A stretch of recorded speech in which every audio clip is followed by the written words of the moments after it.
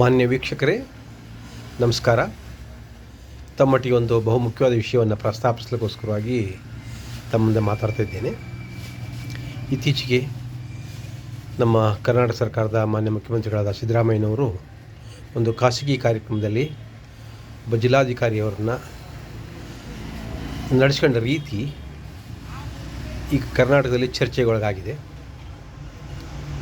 ಯಾರೇ ಆಗಲಿ ಪ್ರಜಾಪ್ರಭುತ್ವ ವ್ಯವಸ್ಥೆಯಲ್ಲಿ ಅವ್ರದ್ದೇ ಆದ ಗೌರವವನ್ನು ಹೊಂದಿರ್ತಾರೆ.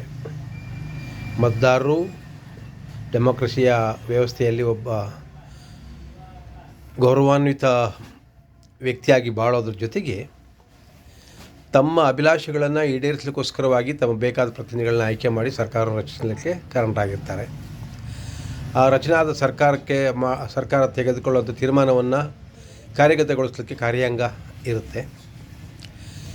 ಇವರಿಬ್ಬರಲ್ಲೂ ಅನ್ಯಾಯ ಹೆಚ್ಚು ಕಡಿಮೆ ಆದರೆ, ಮೋಸ ಆದರೆ, ತೊಂದರೆಗಳಾದರೆ, ಸಂವಿಧಾನವನ್ನು ಸರಿಯಾಗಿ ನೋಡದೇ ಇದ್ದರೆ,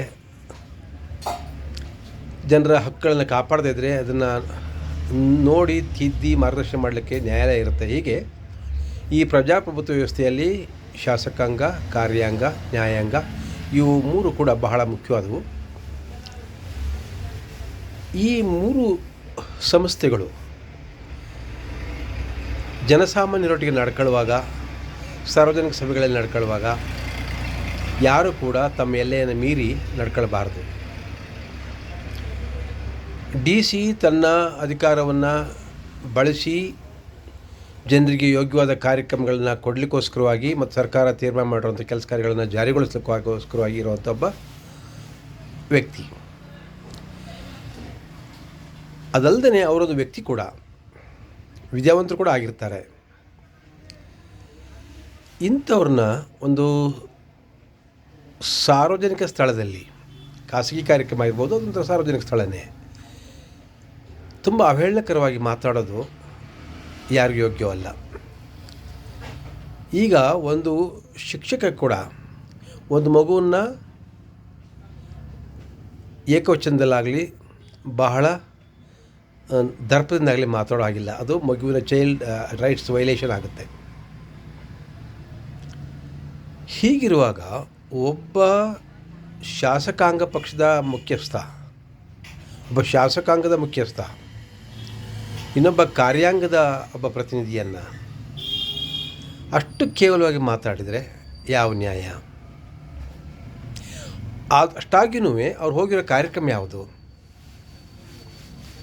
ರಾಜ್ಯ ಸರ್ಕಾರದ ಪರವಾಗಿ ಯಾವುದೇ ಕಾರ್ಯಕ್ರಮ ನಡೀತಾ ಇರಲಿಲ್ಲ. ಅವ್ರು ಹೋದಾಗ ಅವ್ರು ಹೋಗಿದ್ದು ಒಂದು ಖಾಸಗಿ ಕಾರ್ಯಕ್ರಮಕ್ಕೆ. ಎಲ್ಲರೂ ಕೂಡ ಖಾಸಗಿ ಕಾರ್ಯಕ್ರಮಕ್ಕೆ ಹೋಗಿದ್ರು ಕೂಡ ಖರ್ಚು ಮಾಡಿರೋದು ಮಾತ್ರ ಸಾರ್ವಜನಿಕ ದುಡ್ಡೇ. DC ಸಂಬಳ ಕೊಡ್ತಾರೆ, CMಗೂ ಸಂಬಳ ಕೊಡೋದು ಸಾರ್ವಜನಿಕರೇ. ಹೀಗಿರುವಾಗ ಒಬ್ಬ DC ಅವ್ರನ್ನ ಏಕವಚನದಲ್ಲಿ ಮಾಡೋವಂಥ ಅಗತ್ಯ ಏನಿತ್ತು, ಮಾತಾಡಿಸೋ ಅಗತ್ಯ ಏನಿತ್ತು? ಇದು ಈ ಕಾರಣದಿಂದಾಗಿ ಸಿದ್ದರಾಮಯ್ಯನವರು ಇವತ್ತು ಬಹಳ ದೊಡ್ಡ ಚರ್ಚೆಗೆ ಒಳಗಾಗಿದ್ದಾರೆ. ಪ್ರಜಾಪ್ರಭುತ್ವ ವ್ಯವಸ್ಥೆಯಲ್ಲಿ ಒಬ್ಬ ಜನಪ್ರತಿನಿಧಿ, ಒಂದು ರಾಜ್ಯದ ಮುಖ್ಯಸ್ಥ, ಒಂದು ಸರ್ಕಾರದ ಮುಖ್ಯಸ್ಥ ಇಷ್ಟು ಕೆಟ್ಟದಾಗಿ ಮಾತಾಡಿದರೆ ಯಾವ ನ್ಯಾಯ? ಇವರು ಯುವಕರಿಗೆ, ಯುವಜನರಿಗೆ ಏನು ಮಾರ್ಗದರ್ಶನ ಕೊಡಬಲ್ಲರು? ಹೀಗೆ ಮಾತುಗಳನ್ನ ಮಾಡ್ಬೋದೇ? ಆಯಿತು, ಒಂದು ಪಕ್ಷ ಇವರು ರಾಜ್ಯದ ಒಂದು ಮುಖ್ಯ ಹುದ್ದೆಯಲ್ಲಿರುವಂಥವರು, ಸರಿಯಾಗಿ ಕುಂತಿಲ್ಲ DC, ಏನೋ ಒಂದು ತೊಂದರೆ ಆಗ್ತಿದೆ ಅಂತಂದರೆ, ಮನಸ್ಸಿಗೆ ಬಂದಿದ್ರೆ ರಾಜ್ಯ ಸರ್ಕಾರದ ಮುಖ್ಯಸ್ಥನಾಗಿ ಅವ್ರನ್ನ ಬೇರೆ ರೀತಿ ತನ್ನ ಬಳಿ ಕರೆದು ಗೌಪ್ಯವಾಗಿ ತನ್ನ ಸೂಚನೆಯನ್ನು ಕೊಡ್ಬೋದಾಗಿತ್ತು ಒಂದು ಪಕ್ಷ ಅಗತ್ಯಿದ್ದರೆ. ಆದರೆ ಖಾಸಗಿ ಕಾರ್ಯಕ್ರಮದಲ್ಲಿ ಎಲ್ಲರೂ ಸಮಾನವಾದ, ಗೆಸ್ಟ್ಗಳೆಲ್ಲ ಸಮಾನರೇ. ಅದು ಪ್ರೈಮ್ ಮಿನಿಸ್ಟರ್ ಬರಲಿ, ಚೀಫ್ ಮಿನಿಸ್ಟರ್ ಹೋಗಲಿ, DC ಹೋಗಲಿ, ಒಬ್ಬ ಸಾಮಾನ್ಯ ನೆಂಟನೇ ಹೋಗಲಿ, ಆ ಖಾಸಗಿ ಕಾರ್ಯಕ್ರಮದಲ್ಲಿ ಎಲ್ಲರೂ ಸಮಾನರೇ.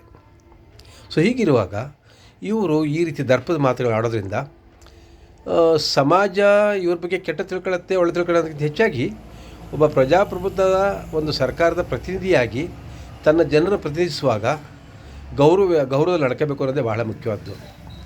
ಈ ರೀತಿ ಮಾತಾಡೋದ್ರಿಂದ ಸಿದ್ದರಾಮಯ್ಯನವ್ರ ಘನತೆ ಹೆಚ್ಚಾಗೋದಿಲ್ಲ ಅಥವಾ DC ಘನತೆ ಕಡಿಮೆ ಆಗೋದಿಲ್ಲ. DCಗೆ ವೇದಿಕೆ ಇದೆ. ಏನು, ಭಾರತ ದೇಶದಲ್ಲಿ IAS ಅಧಿಕಾರಿಗಳ ಒಂದು ವೇದಿಕೆ ಸಂಘಟನೆ ಭಾಳ ಗಟ್ಟಿಯಾಗಿದೆ. ಇವರಿಗೆ ನೋವಾಗಿದ್ದರೆ, ಇವರು ಎಲ್ಲೇ ಮೀರಿ ಮುಖ್ಯಮಂತ್ರಿಗಳು ನಡ್ಕೊಂಡಿದ್ರೆ ಅವ್ರು ಖಂಡಿತ ಅವರ ವೇದಿಕೆಯಲ್ಲಿ ಕಂಪ್ಲೇಂಟ್ ಮಾಡ್ಬೋದು. ಅದು ಪರಿಶೀಲನೆ ಮಾಡೋರು ಕ್ರಮ ಕೈಗೊಳ್ತಾರೆ. ಎಲ್ಲಕ್ಕಿಂತ ಹೆಚ್ಚಾಗಿ ಒಬ್ಬ ವ್ಯಕ್ತಿಯನ್ನು ಅಷ್ಟು ಕೇವಲವಾಗಿ ಕಾಣೋದಿದೆಯಲ್ಲ, ಅದು ಸಿದ್ದರಾಮಯ್ಯನವರಿಗೆ ಶ್ರೇಯಸ್ಸಲ್ಲ, ಒಳ್ಳೆಯದಲ್ಲ. ಸಾರ್ವಜನಿಕರ ವ್ಯಕ್ತಿ ಒಂದು ಮಗುವನ್ನು ಕೂಡ ಪ್ರೀತಿಯಿಂದ ಮಾತಾಡಿಸ್ಬೇಕು, ಸೌಜನ್ಯದಿಂದ ಇರಬೇಕು. ಸೌಜನ್ಯದ ಎಲ್ಲೇ ಮೀರಿದರೆ ಅದು ಒಂದು ಬೇರೆ ಅನಾಹುತಗಳಿಗೆ ದಾರಿ ಆಗ್ತದೆ. ಈಗ ವಿಶೇಷವಾಗಿ ಸಿದ್ದರಾಮಯ್ಯನವರು 2ನೇ ಅವಧಿಯಲ್ಲಿ ಮುಖ್ಯಮಂತ್ರಿ ಆಗಿದ್ದಾಗ ತುಂಬ ಗಂಭೀರವಾಗಿ ನಡ್ಕೊಳ್ಳೋವಂಥ ಅವಕಾಶಗಳಿದ್ದಾವೆ, ನಡ್ಕೋಬೇಕು ಕೂಡ. ಅದು ಬಿಟ್ಬಿಟ್ಟು ಈ ರೀತಿ ಒಂದು ಮಾತನಾಡಿದರೆ ನಮ್ಮ ಕರ್ನಾಟಕಕ್ಕೂ ಗೌರವ ಮತ್ತು ಈ ಥರ ಅವರೊಟ್ಟಿಗೆ ಕೆಲಸ ಮಾಡುವಂಥ ಅಧಿಕಾರಿವರೆಗೂ ಕೂಡ ಒಂದು ಬೇಜಾರು.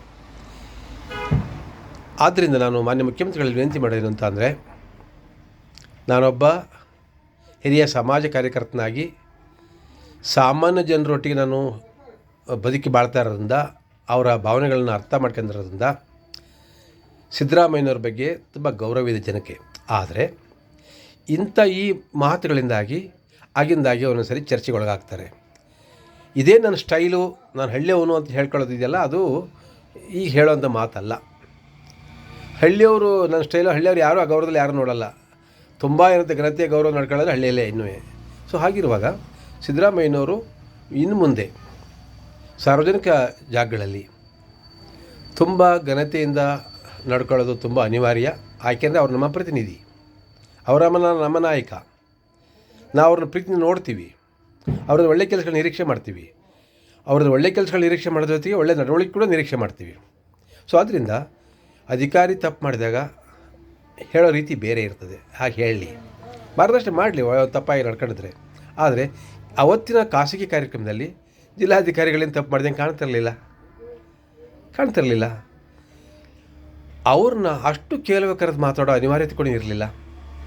ಅವರು ಹೇಳಿ ಕೇಳೇನು, ಅವರು ಸಾಮಾನ್ಯ ಮನುಷ್ಯನಲ್ಲ, ಬಟ್ DC. ತಾವು ಸರ್ಕಾರ ಮಾಡೋ ತೀರ್ಮಾನಗಳನ್ನು, ಕೇಂದ್ರ ಸರ್ಕಾರವಾಗಲಿ ರಾಜ್ಯ ಸರ್ಕಾರವಾಗಲಿ ಮಾಡೋ ತೀರ್ಮಾನಗಳನ್ನು ಜಾರಿಗೊಳಿಸುವಂಥ, ಜಿಲ್ಲೆಯ ಎಲ್ಲ ವ್ಯವಹಾರಗಳನ್ನು ತನ್ನ ಹೆಗಲ ಮೇಲೆ ಹೊತ್ತು ತಿರುಗುವಂಥ ಒಬ್ಬ ಜವಾಬ್ದಾರಿಯುತ ವ್ಯಕ್ತಿ. ಅವರಿಗೆ ನೀವು ಅಷ್ಟು ಸಾರ್ವಜನಿಕವಾಗಿ ಅಷ್ಟು ಕೇಳುವ ಕಂಡ್ರೆ, ನಿಮ್ಮ ಸಿದ್ದರಾಮಯ್ಯನವ್ರ ಬಗ್ಗೆ ಹಿಂದ್ಗಡೆ ಎಷ್ಟು ಜನ ಕೆಟ್ಟದಾಗ ಮಾತಾಡ್ತಾ ಇದ್ದಾರೆ ಗೊತ್ತಾ? ಇದು ನಮಗೆ ಕೇಳೋಕ್ಕಾಗೋದಿಲ್ಲ, ನಮಗೆ ಬೇಜಾರಾಗುತ್ತೆ. ನಮ್ಮ ನಾಯಕನ ಬಗ್ಗೆ ಈತ ಮಾತಾಡ್ತಾರಲ್ಲ ಅಂತೇಳಿ. ಅದರಿಂದ ಮಾನ್ಯ ಸಿದ್ದರಾಮಯ್ಯನವರು ಇನ್ನು ಮುಂದೆ ಸಾರ್ವಜನಿಕ ಜಾಗಗಳಲ್ಲಿ, ಈ ಥರ ಒಂದು ಸಭೆ ಸಮಾರಂಭಗಳಲ್ಲಿ ಒಂದು ಖಾಸಗಿಯಲ್ಲಿ ಆಡೋ ಮಾತುಗಳನ್ನು ಆಡೋ ಹಾಗೆ ಮಾಡಬಾರ್ದು. ಅವರು ಪ್ರಜಾಪ್ರಭುತ್ವ ವ್ಯವಸ್ಥೆಯಲ್ಲಿ ಒಪ್ಪಿಕೊಳ್ಳಬಹುದಾದಂಥ ಭಾಷೆಯನ್ನೇ ಬಳಸಿ ಮಾತಾಡಬೇಕು. ಅಷ್ಟೇ ಅಲ್ಲ, ಒಬ್ರಿಗೆ ಬುದ್ಧಿ ಹೇಳುವಲು ಕೂಡ ಒಂದು ರೀತಿ ನೀತಿಗಳಿದೆ, ಆ ಪ್ರಕಾರನೇ ಹೇಳಬೇಕು ಅಂತ ಹೇಳ್ತಾ, ಈಗ ಮಾನ್ಯ ಮುಖ್ಯಮಂತ್ರಿಗಳು ಇಂಥ ಒಂದು ಅವಕಾಶಗಳಿಗೆ ನಿಮ್ಮ ಮುಂದೆ ಎಡೆ ಮಾಡಿಕೊಡ್ದೇ ಒಂದು ಗೌರವಯುತವಾಗಿ ಎಲ್ಲರೂ ನಡೆಸ್ಕೊಳ್ಳಿ ಅಂತ ಹೇಳಿ ಈ ಮೂಲಕ ಅವರಲ್ಲಿ ವಿನಂತಿ ಮಾಡಿಕೊಳ್ತೇನೆ. ನನ್ನ ಆಲಿಸಿದ್ದಕ್ಕಾಗಿ ಧನ್ಯವಾದಗಳು. ನಾನು ಈ ರೀತಿ ಮಾತಾಡಿರೋದ್ರಲ್ಲಿ, ಈ ಥರ ಪ್ರಶ್ನೆ ಕೇಳಿದ್ರಲ್ಲಿ ಯಾರಿಗಾರು ಏನಾದರೂ ಬೇಜಾರಾಗಿದೆ ಕ್ಷಮೆ ಇರಲಿ. ಯಾಕೆಂದರೆ ಇದು ಡೆಮಾಕ್ರಸಿಯ ಒಂದು ಉಳಿವಿಗೋಸ್ಕರವಾಗಿ, ಡೆಮಾಕ್ರಸಿಯ ಒಂದು ಸ್ವಚ್ಛತೆಗೋಸ್ಕರವಾಗಿ ನಾನು ಈ ಮಾತುಗಳನ್ನ ಆಡ್ತಾ ಇದ್ದೀನಿ. ದಯಮಾಡಿ ಮಾನ್ಯ ಮುಖ್ಯಮಂತ್ರಿಗಳಾಗಲಿ ಅಥವಾ ಅವರ ತೀರಾ ಕಟ್ಟ ಅಭಿಮಾನಿಗಳಾಗಲಿ ನಮ್ಮ ಈ ಮಾತುಗಳನ್ನು ಇವರು ಕೂಡ ಸಹಿಸಬೇಕು. ತಾವು ಕೂಡ ತಮ್ಮ ಮುಖ್ಯಮಂತ್ರಿಗಳಿಗೆ ಒಳ್ಳೆಯ ಮಾತುಗಳನ್ನೇ ಆಡಿ ಅಂತ ಹೇಳಿ ಒತ್ತಾಯಿಸಬೇಕು ಅಂತ ಕೂಡ ಈ ಸಂದರ್ಭ ಹೇಳೋಕ್ಕೆ ಇಷ್ಟಪಡ್ತೀನಿ. ಧನ್ಯವಾದಗಳು.